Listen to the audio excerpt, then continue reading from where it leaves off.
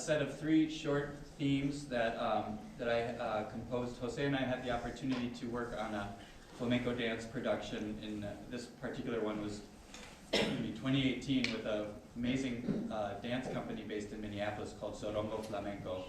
The director there, Susana de Palma, created a work based on a novel called Imagining Argentina, which is set in the late 70s, early 80s in Argentina in the time of their so-called dirty war.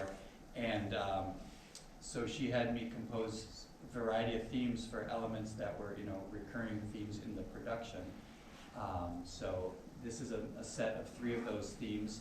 And you can hear, especially in the second and third piece, there's an influence for sure of Argentinian tango, which is not traditional to flamenco, but is part of this production. So you may notice a little bit of that influence as well.